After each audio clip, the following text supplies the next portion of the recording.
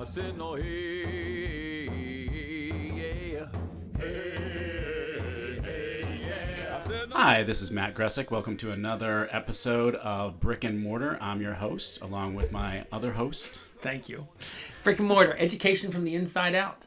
We have a string of people who have been inside school buildings, but they're not just talking about their experiences. And today we have Cheryl Pasteur, who is, she's sort of a Renaissance woman. She's done a lot of things. But the one we're going to focus on today, we're going to focus on her educational career. But we're also going to focus on the fact that Cheryl has served in the enviable position of Board of Ed member in Baltimore County. Yay. Board of Ed. So, well, I'm a huge fan of Cheryl. I think that goes without saying. Always have shown class in every leadership position you've been at, and we're just going to open up your brain and your voice for our audience today, in your journey on the Board of Ed. So tell us first a little bit about yourself. Tell us who are you and what you why you chose education, and then after that we'll move on to your rich experience in the Board of Ed. Well, good morning. It is such a pleasure to be here with these two. One is sane and one isn't. Sorry about that, Matt. By the end of this show, you'll probably be able to figure out which one is sane and which one isn't. Wow. Okay, so I am Cheryl Pasteur, and most of my adult life has been spent in education. Baltimore City, Baltimore County. I've taught on the university level, and now I'm a delegate. Woohoo! And prior to that, I was on the Baltimore County School Board. So why the school board? Well, after years having been retired and sitting on way too many committees, and also being an instructor at Morgan State University. Woohoo! Yay, Morgan. Yay. I heard that there was going to be a little shift in the school board. I'd always been interested in what was going on. I always made sure I knew the people who were on the board and watched closely what was happening, particularly before I was retired and still in the system. It was important. What the board did was important because in many ways it impacted what we did in the school. And so I was really connected with that. So when the opportunity came to run for the board, I just thought it was sort of a natural thing to do. No one had to convince me. It was something I really wanted to do. Wanted. Past tense. So tell us, sometimes we do this people in their education career, but since we're focusing on Board of Ed, tell us, and you can choose any one of these three, your most difficult or funniest or most rewarding moment serving on the Board of Ed in your years there. Well, I really must say, first and foremost, serving on at the same time I was on the board, I was in education for ministry, which is relationship between the Episcopal Church and Sewanee. I was going to ask if FBI agent was considered ministry. Well, that too. And that was a plus also. There you go. But being in that program with Sewanee University School of South, the theological program, I realized just how important having that theological background was, being on the board. And it was just a good thing that I was in that program while I was serving on the board, because there were many nights I had to just break out in my head in deep prayer and meditation. And I'm being very serious, because there were times where I felt right on the edge that we were not getting to why we were there, which is about children and making excellence happen. And sometimes people were abrasive and sometimes they were offensive. Mm-hmm. And there are things in my natural being that wanted to just jump out. And I very seriously am thankful that I had another recourse, that I didn't have to act the same, that I could go to prayer. Right. And, and Cheryl's being really candid. You're being really candid. I really appreciate that.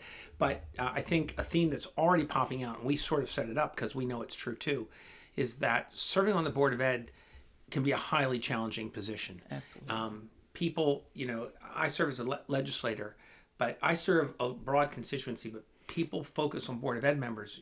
Like you said, it's about our children. People get very, very passionate about that, sometimes in good ways and sometimes in not so good ways. And so it's a highly challenging position. Well, we're getting to the topic of the day, the third question. You've been a very highly effective educator. In fact, you were assistant principal when Councilman Young was at Sudbrook Elementary. He remembers you with a certain amount of fear, I believe. That's because he was a little boy. If you can scare a future Marine, you know. Yeah. You then became a member of the Baltimore County Board of Ed. What motivated you to run for that position in the first place? Just knowing that from the time I went to Baltimore County schools, and I will say, I came out of, I had been an educator for many years. It's like 6 minis. Just want to point that out. In Baltimore City. And then I took a completely different turn, and I was an FBI agent for a while. So even though that sounds very different, I still taught while I was in the Bureau. And that was very nice to be able to teach, but teaching some other things, obviously, in addition to my cases. But it was very clear to me that I needed in my heart to get back to education, because we could stem a very negative tide, and see possibly fewer people in those federal prisons based on what we could do in schools. So again, when the opportunity presented itself to be on the board, there was no question in my mind, because I understood that there was very little equity happening in Baltimore County schools. Yeah. Okay. Yeah. That our reputation for having a fine school system was pretty much based on a few schools that were very select, very close population, and teachers had been there forever, and everyone, so some of the teachers knew the generations, and so there were certain expectations there. There were certain things that were done in those schools to keep them in place. Those scores were good, a lot of attention paid to it. And so when you looked at a whole system by averages, it looked pretty good. But when you took a deep dive and looked at how schools in communities where there were changing demographics, you saw that there was a completely different system happening. And I'm not sure, because I have a lot of respect for the superintendents. I've been in Baltimore County through DeBell up to now in one way or another. A lot of respect. And I'll stop here just to give Mary Jack Marchione, may she rest in peace, a lot of credit, because Yes. I always say, the fine teacher that I am, and I am an excellent teacher, but a large part of that was from Mary Jack. I give Barry Williams credit, because whatever it was, they saw something or enough in me coming to Baltimore County out of the FBI to say, we're going to give her every opportunity to go to every workshop, every whatever we do. Right. But Mary Jack, who was over professional development, was very serious that good instruction came from teachers, support staff, administrators, and they all had to work together. So I always give her flowers, and I tried to do it while she was living, and I will continue to do it, because what she brought to Baltimore County is what made the difference and what started making a change.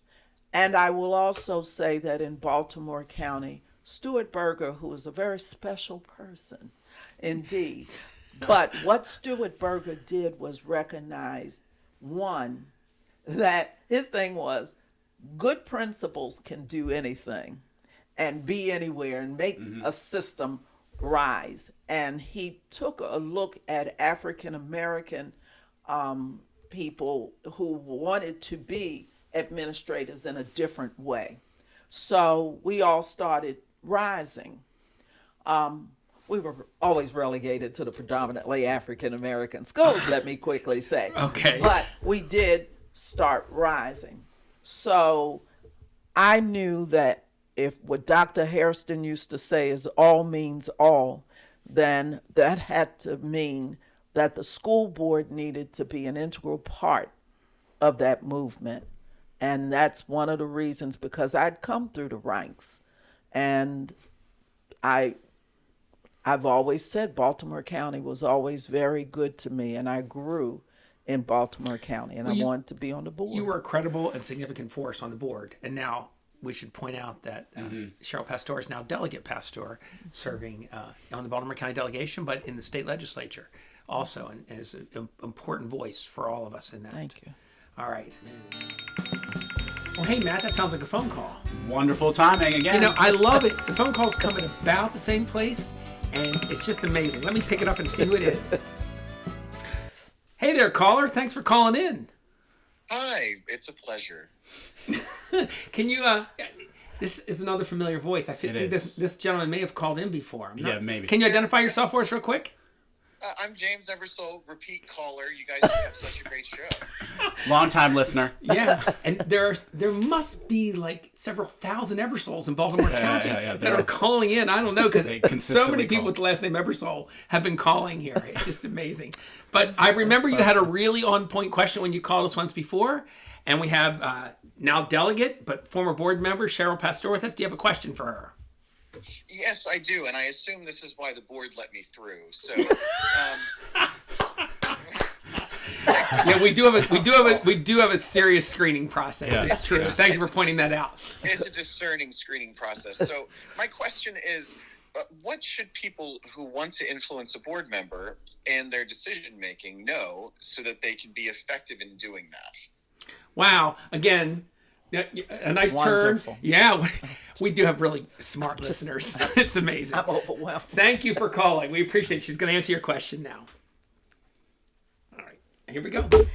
That's an excellent question. Way too many people think screaming at board members will help.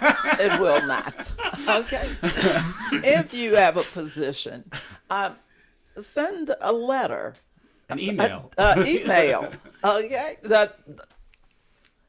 With some sort of decorum attached to all of the board members. Be real clear about what the issue is and what it is you'd like to see. We do not want folks to just be going down one highway, but we do want to hear, they want to hear, always feel like you're a board member for once life. you've gone through it for life. It's a There life you go. sentence. Right. So board members do want to hear from constituents, from the people who voted for them or the people who are out there who are parents, et cetera, et cetera. But we really want to hear it without threats, and we take it seriously that way, because otherwise it's not taken seriously in the way the writer And you're intends. pointing out something that's really important in dealing with all elected officials is that you're a person. And you're a person that loves and is doing it for the right reasons. And you want to go with that intent that those people are doing it for the right reasons. Yes. So that's excellent. You even get screaming in emails when they write stuff in big caps. Oh, yes. What are you doing about That's this right. now? You should be ashamed. Right. Yeah, that doesn't really work, does it? And I've always said, too, that you don't have to, at least from a delegate's point of view, I'm curious if it's true from Board of Ed, you don't have to write a large missive. If you write several hundred words to me to tell me what it is you're concerned about, you don't even have to have the solution necessarily. Just tell us what your concern is. If you can offer something, it doesn't have to be 3 pages long. I probably personally, I don't have the attention span to read through that kind of thing. So, So, what you're saying generally is be rational. Yes. Be rational. Give a rational concern. And board members are humans. Yep. Exactly. I do want to say that some of my favorite people, some of the people that I met while on the board, are people with whom I disagree. Right. And That's so interesting. I just really appreciate the way they approached me, the way they've approached the board, the information that they have gleaned from other corners, because it's helped me to grow, helped me to look at issues in different ways. And that's the truth. They're just some that I'm still connected with, and met them on the board because we did not agree. Their thoughtfulness and their courtesy. Absolutely. Oh, my God.